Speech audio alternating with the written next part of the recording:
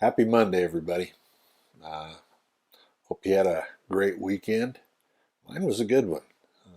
Did yard work, spent time with the family, watched the Amazon Prime movie 7500 and the latest episode of Perry Mason on HBO.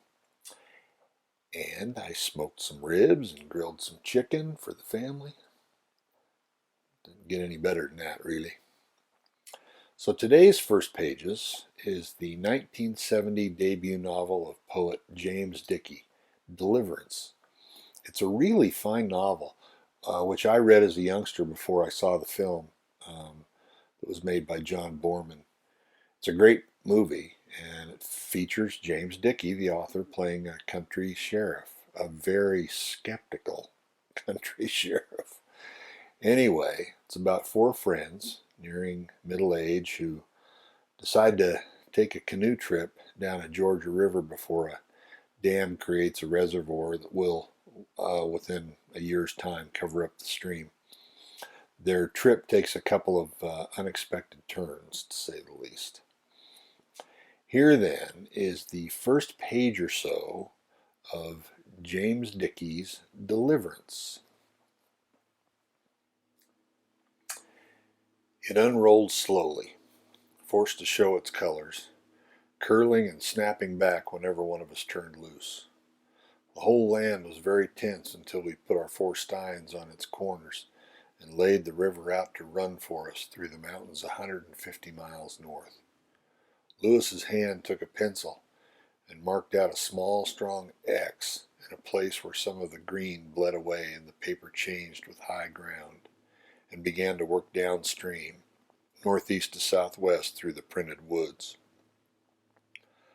I watched the hand rather than the location, for it seemed to have power over the terrain, and when it stopped for Lewis's voice to explain something, it was as though all streams everywhere quit running, hanging silently where they were to let the point be made.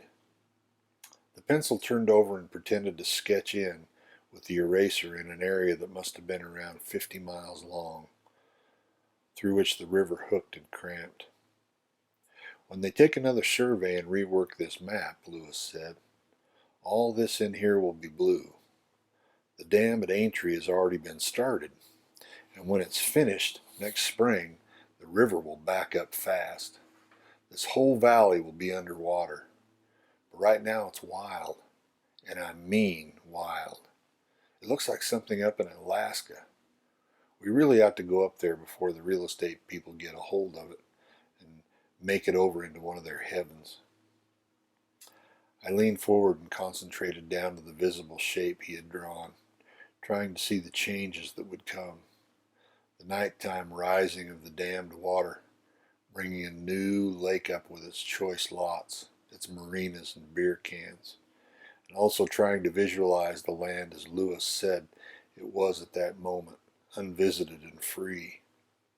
I breathed in and out once, consciously. My body, particularly the back and arms, felt ready for something like this. I looked around the bar and then back to the map, picking up the river where we would enter it. A little way to the southwest the paper blanched. "Does this mean it's higher here?" I asked. "Yes," Lewis said, looking quickly at me to see if I saw he was being tolerant. Ah, he's going to turn this into something, I thought. A lesson, a moral, a life principle, a way. "It must run through a gorge or something," was all he said, though. "But we can get through that in a day easy, and the water should be good, in that part especially."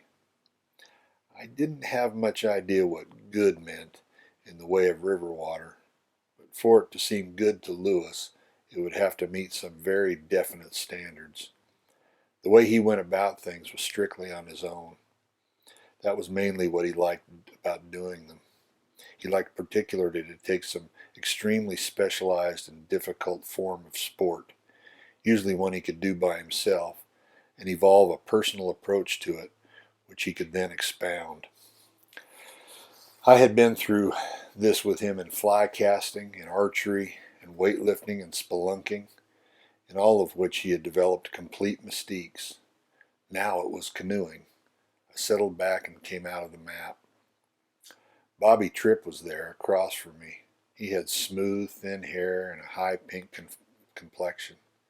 I knew him least well of the others at the table, but I liked him a good deal, even so. He was pleasantly cynical and gave me the impression that he shared some kind of understanding with me that neither of us was to take Lewis too seriously. They tell me that this is the kind of thing that gets hold of middle-class householders every once in a while, Bobby said. But most of them just lie down till the feeling passes.